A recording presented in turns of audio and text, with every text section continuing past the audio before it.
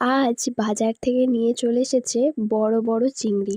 আমাদের এখানের বাজারে এত বড় চিংড়ি পাওয়া যায় না। আজকে এই চিংড়িগুলোই নারকেল দিয়ে রান্না হবে। চিংড়ি মাছ আমার বরাবরের প্রিয়, তাই আমার বড় অস্ত্র কাঁচি নিয়ে বসেছি চিংড়ি মাছ কাটতে।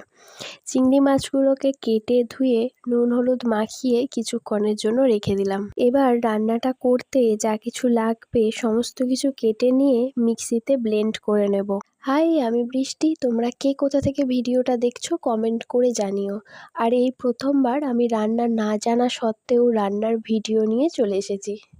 এবার মাছগুলোকে গরম তেলের মধ্যে ছেড়ে দিয়েছি লাল লাল করে ভাজার জন্য। বেশি ভাজা চলবে না, চিংড়ি তো।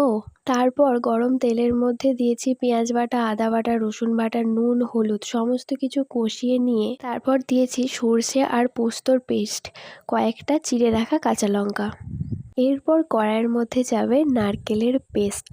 ভালো করে সমস্ত কিছু রান্না হয়ে যাওয়ার পর দিয়ে দিয়েছি ভেজে রাখা চিংড়ি মাছগুলো। ভালো করে ফুটে গেলেই গরম ভাতে খাবার জন্য রেডি নারকেল চিংড়ি। রেসিপির নামটা আমার দেওয়া।